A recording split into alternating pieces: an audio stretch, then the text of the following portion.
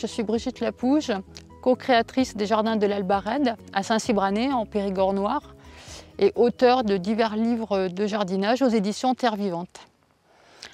Alors mes premières expérimentations au niveau du jardin ont commencé ici dans le potager sur un terrain particulièrement ingrat puisqu'ici nous n'avons pas de terre, nous n'avons pas de sol, il a fallu le créer sur un rocher et sur de la pierre délitée en fait, voilà. Il n'y a pas d'humus. Donc pour ce faire, nous avons commencé à cultiver des engrais verts qui sont venus petit à petit pour faire une première couche, disons, arable, et nous avons nourri le sol avec du compost. Ensuite, il y a une façon de procéder ici qui est très importante parce qu'il fait très chaud l'été, c'est de planter en utilisant la croissance naturelle des plantes qui dans la nature s'étagent. Donc on a en forêt 3 étages naturels et qu'on va retrouver au potager.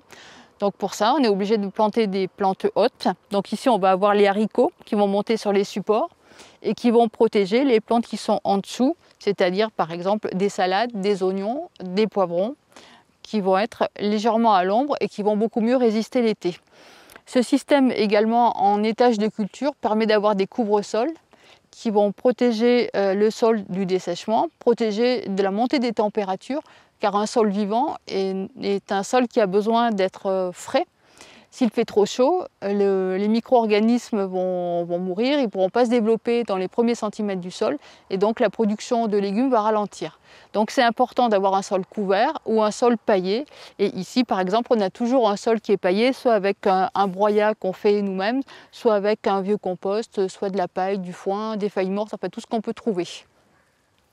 Deuxième système qui est intéressant à mettre en place dans un potager pour ne pas avoir de problème d'insectes et de maladies, ce sont des plantes odorantes, des plantes aromatiques. Et je vais vous montrer en détail la plate-bande en pourtour du potager qui contient ces plantes-là.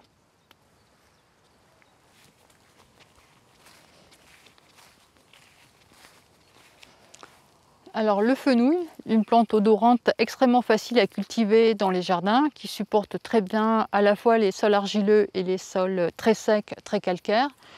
Donc celle-là sert par exemple pour le brouillage olfactif, elle va empêcher les insectes indésirables de venir s'installer dans le potager. En même temps c'est une apiacée, donc avec de larges ombelles qui vont s'épanouir et sur lesquelles on va retrouver de nombreux insectes. Alors tant qu'on est à évoquer les insectes, je cultive aussi énormément de mélilo.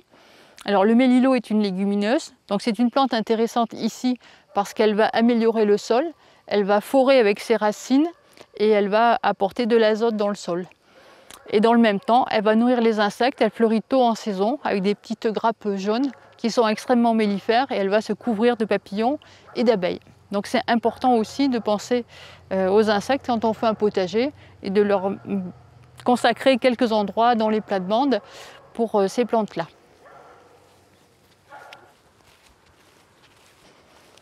Donc une autre plante aromatique intéressante au jardin, c'est la menthe coque. Une menthe au fort parfum de menthe bien sûr, très mentholée, un peu genre Hollywood. Qui a un intérêt, c'est qu'elle ne drageonne pas partout, donc on va l'installer par petites touches dans les plates-bandes et elle va rester sagement à son emplacement au fil des ans.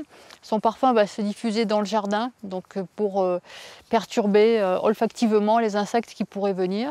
Mais on peut s'en servir également pour faire des infusions. Donc on fait une petite infusion à la maison et ensuite on vaporise dans le jardin, notamment sur les choux, pour éloigner la pyrrhide.